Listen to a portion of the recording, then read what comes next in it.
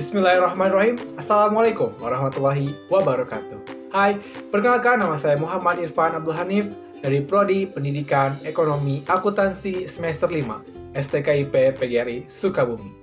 Pada video kali ini saya akan menyampaikan dan juga menjelaskan mengenai apa itu hakikat kurikulum.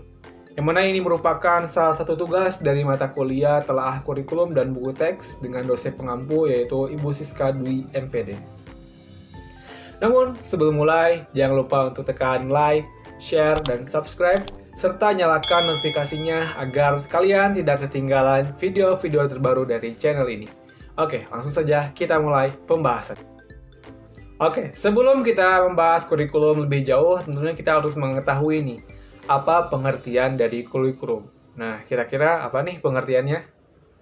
Oke, pertama kita akan membahas mengenai pengertian kurikulum menurut bahasa. Jadi kurikulum berasal dari bahasa Yunani, yaitu kata karir yang artinya pelari dan kurare yang berarti tempat berpacu. Jadi istilah kurikulum ini berasal dari dunia olahraga pada zaman Romawi kuno di Yunani. Loh, kok dengan olahraga? Lalu apa hubungannya dengan kurikulum? Nah, ini kita akan bahas. Ya, mengandung ya, teman-teman, kurikulum ini berarti pengertian suatu jarak yang harus ditempuh oleh pelari dari garis start sampai garis finish. Nah, balik lagi, timbul pertanyaannya. Lalu apa hubungannya dengan dunia pendidikan? Maka mari kita coba analogikan. Teman-teman bisa lihat gambarnya. Pertama, kita ibaratkan pelari ini sebagai siswa. Kedua, garis start ini sebagai tempat pendidikan. Tempat pendidikan di sini artinya bisa itu formal ataupun informal. Itu yang penting tempat pendidikan. Kemudian yang ketiga, garis start ataupun garis finish, kita analogikan sebagai tujuan dari pendidikan. Maka garis lintasan antara jarak start dengan finish itulah kurikulum. Maksudnya apa? Yang mana garis lintasan tadi ini berfungsi sebagai jalan bagi para pelari untuk bisa sampai ke garis finish. Maka kita kembalikan lagi kepada pendidikan, maka kurikulum memiliki fungsi sebagai alat atau cara agar tujuan pendidikan dapat tercapai. Oke, pendidikan bisa tanpa kurikulum, mungkin bisa. Hanya saja, jika tanpa adanya kurikulum, pendidikan akan berjalan tanpa arah dan tujuan yang jelas. Maka dengan diharapkan dengannya ada kurikulum ini, maka pendidikan akan lebih terarah, lebih terencana, dan juga bisa mencapai tujuan pendidikan yang dicita-citakan sesuai dengan yang ada di pembukaan Undang-Undang Dasar, yaitu mencerdaskan kehidupan bangsa. Hal-hal yang direncanakan saja seringkali tidak berhasil gitu, kalaupun tidak berjalan dengan baik. Bagaimana dengan hal yang tidak direncanakan? Tentu ini menjadi permasalahan, dan kurikulum tadi maka dianalogikannya sebagai jarak antara garis start dengan garis finish. Maka kurikulum ini adalah sebagai jalan untuk menuju siswa tadi mencapai tujuan pendidikan, yaitu terjadinya perubahan perilaku, entah itu dari sikap, kemudian pengetahuan, dan juga keterampilannya, sehingga menghasilkan generasi yang memang benar-benar diharapkan oleh penerus bangsa. Oke, kita lanjut ke pengertian berikutnya. Oke, selanjutnya pengertian kurikulum menurut para ahli. Yang pertama menurut Undang-Undang Nomor 20 Tahun 2003 tentang Sistem Pendidikan Nasional atau Sikdiknas, menjelaskan bahwa kurikulum adalah seperangkat rencana dan pengaturan mengenai tujuan, isi, dan bahan pelajaran, serta cara yang digunakan sebagai pedoman penyelenggaraan kegiatan pembelajaran untuk mencapai tujuan pendidikan tertentu. Lalu kemudian, pengertian menurut Crow and Crow. Ya, namanya kembar mungkin ya. Mereka menjelaskan bahwa kurikulum adalah rancangan pengajaran sejumlah mata pelajaran yang disusun secara sistematis untuk menyelesaikan suatu program yang untuk memperoleh ijazah. Dari beberapa pengertian yang sudah dijelaskan sebelumnya, maka dapat disimpulkan bahwasanya kurikulum merupakan seperangkat rencana dan pengaturan perangkat rencana dan juga pengaturan mengenai tujuan dan isi yang tersusun secara sistematik yang digunakan sebagai pedoman penyelenggaraan kegiatan pembelajaran belajar mengajar guna mencapai tujuan pendidikan. Nah, itulah pengertian dari kurikulum. Jadi sekarang sudah paham kan? Tentunya kurikulum dibuat dan disusun karena memiliki fungsi yang akan mempengaruhi jalannya pendidikan. Lalu, apa saja fungsi dari kurikulum tersebut? Nah, kurikulum memiliki beberapa fungsi, yaitu sebagai berikut. Yang pertama, fungsi penyesuaian. Fungsi penyesuaian berarti individu harus mampu menyesuaikan diri terhadap lingkungannya secara menyeluruh. Artinya harus mampu beradaptasi. Lingkungan yang selalu berubah dan bersifat dinamis tentu menuntut individu harus memiliki kemampuan menyesuaikan diri ataupun adaptasi secara dinamis. Jadi lingkungan seperti apa, maka bukan lingkungannya harus beradaptasi dengan dia, tapi dianya yang harus beradaptasi dengan lingkungannya. Disinilah letak fungsi kurikulum sebagai alat pendidikan, sehingga individu bersifat well-adjusted, artinya harus menyesuaikan. Kemudian kedua, fungsi pengintegrasian. Berfungsi mendidik pribadi-pribadi yang terintegrasi ataupun bisa masuk ke dalam kehidupan masyarakat. Karena individu itu sendiri merupakan bagian dari integral atau dari masyarakat, bagian penting dari masyarakat. Sehingga pribadi yang mampu beradaptasi ataupun terintegrasi dengan masyarakat tersebut akan memberikan kontribusi terhadap pembentukan dan masyarakat. Karena ujung-ujungnya kan kita sekolah, pada akhirnya balik lagi ke masyarakat. Dan apabila ketika kurikulum ini tidak siswa ini tidak mampu terintegrasi dengan masyarakat, maka ada yang salah dari fungsi kurikulum tersebut ataupun tidak berjalan. Yang ketiga adalah fungsi diferensiasi. Kurikulum ini perlu memberikan pelayanan terhadap perbedaan-perbedaan perorangan dalam masyarakat. Tentunya setiap orang punya kemampuan-kemampuan yang spesial, yang mana si A misalkan kemampuannya ahli dalam bidang matematik, sedangkan si B ahli dalam bidang fisika. Tentunya sama sebetulnya, cuman kan kalau bicara secara spesifik itu berbeda. Nah, maka kurikulum ini harus mampu membedakan gitu kan. Intinya perlakuannya harus nggak harus disamaratakan gitu kan, tapi harus ada perlakuan-perlakuan yang memang beda gitu kan. Karena pada dasarnya perbedaan-perbedaan ini juga akan memunculkan sifat kritis dan kreatif. Seperti halnya anak yang jago matematika itu didorong lebih di matematikanya, nggak dipaksakan untuk jago di bidang lainnya juga, tapi lebih diarahkan, kamu matematika oke, kamu harus jago di bidang ini. Sehingga mendorong kemajuan dalam masyarakat. Akan tetapi terjadi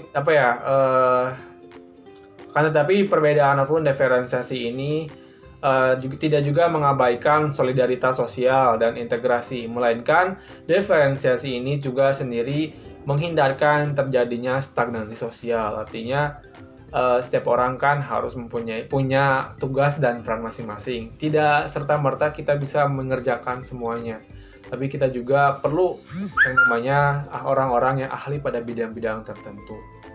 Tapi balik lagi, jangan sampai gitu kan mengabaikan solidaritas sosial. Artinya ya Anda jago di situ ya sudah gitu kan, bukan urusan saya. Jangan seperti itu juga.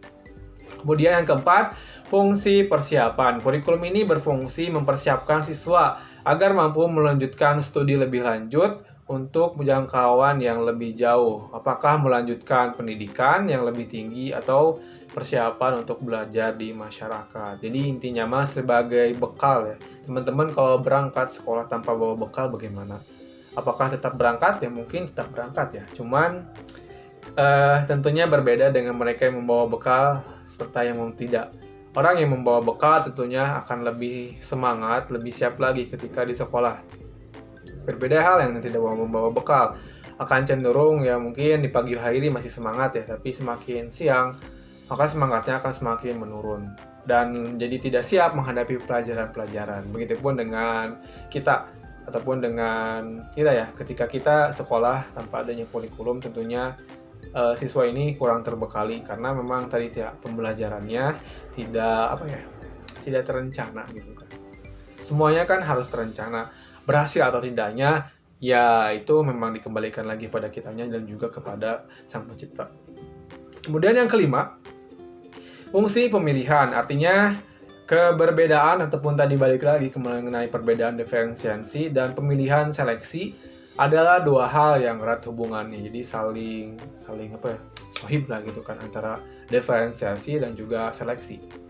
Pengakuan terhadap keberbedaan berarti pula diberikannya kesempatan bagi seseorang untuk memilih apa yang diinginkannya dan menarik minatnya. Artinya siswa diberikan kebebasan.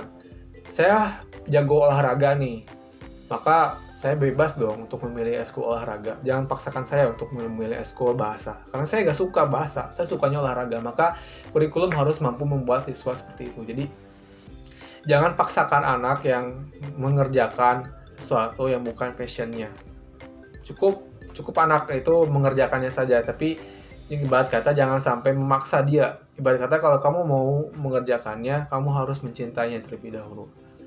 Karena kalau sudah cinta anak tersebut dengan mata pelajarannya, maka akan mudah.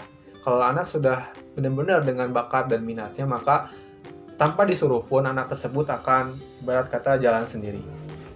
Maka ya gitu. Kedua hal tersebut tadi artinya diferensiasi dan juga seleksi ini merupakan kebutuhan bagi masyarakat, bagi siswa yang menganut sistem demokrasi. Negara kita kan demokrasi, maka harus ada seperti itu. Hal ini tentunya tidak lain dan tidak bukan untuk mengembangkan kemampuan tersebut.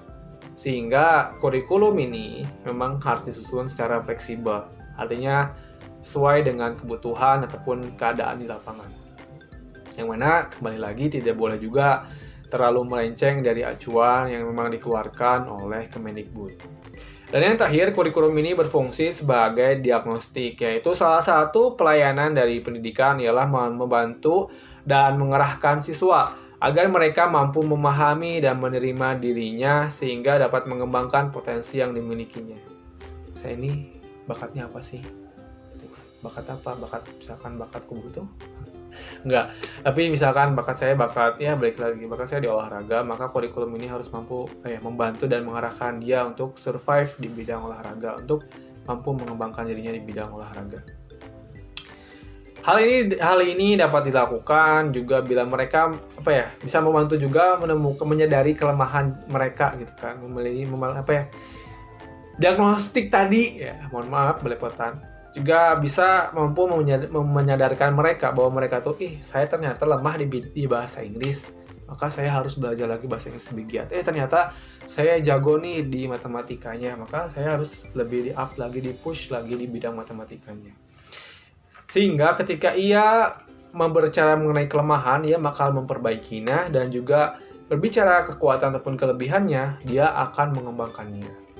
Kurang lebih, teman-teman, fungsi kurikulum ini seperti itu. Dan ya, ketika dijalankan dengan baik ataupun dapat benar-benar berfungsi sesuai dengan apa yang tadi saya jelaskan tadi, maka kurikulum ini akan menghasilkan peserta didik yang memang sesuai benar diharapkan dengan undang-undang.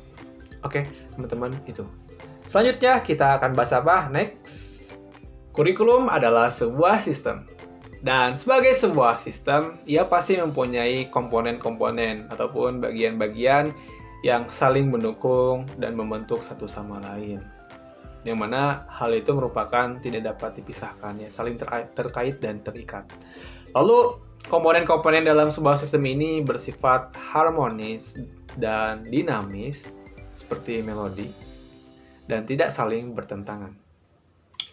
Lalu apa komponen-komponennya? Next. Komponen-komponen kurikulum di sini saya mengambil dari seorang ahli yang bernama Albert. Dia menjelaskan komponen-komponen kurikulum ini sebagai berikut. Terbagi menjadi dua, yaitu core kurikulum, yaitu kurikulum inti. Yang mana kurikulum inti ini terdiri dari tujuan yang mendasar. Jadi kurikulum ini apa sih tujuan mendasarnya? Tentunya seperti yang sudah dijelaskan sebelumnya, tujuan mendasar dari kurikulum ini tentunya adalah sebagai suatu alat ataupun cara ya untuk memudahkan siswa ini ataupun untuk memudahkan terwujudnya suatu tujuan pendidikan yang sudah ditetapkan sebelumnya. Itu kan tujuan mendasarnya, bagaimana pendidikan ini terselenggara dengan baik, lancar, dan tidak ada hambatan.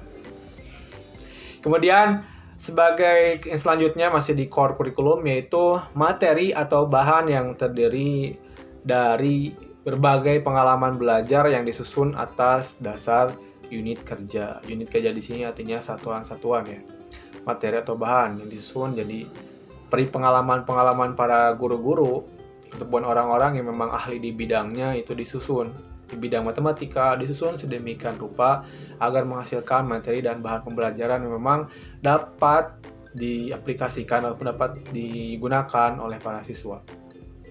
Kemudian metode yang digunakan juga ada dalam core kurikulum, yang artinya tentunya setiap mata pelajaran, setiap bahan, setiap materi, setiap bab di mata pelajaran ini memiliki perbedaan-perbedaan dalam hal metode.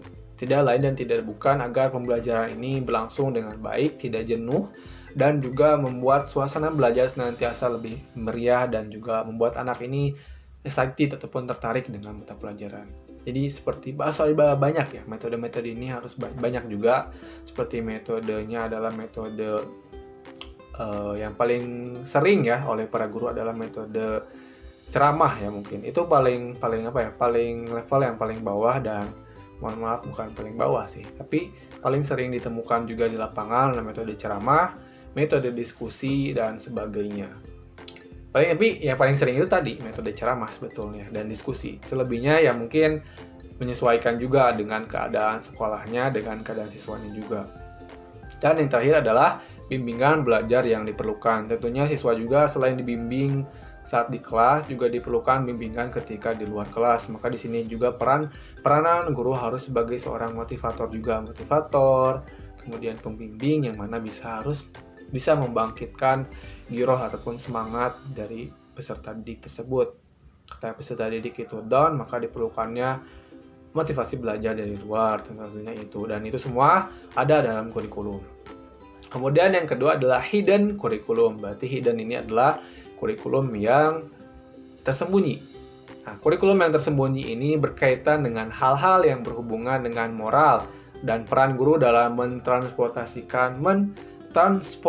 transformasi standar moral. Ibarat kata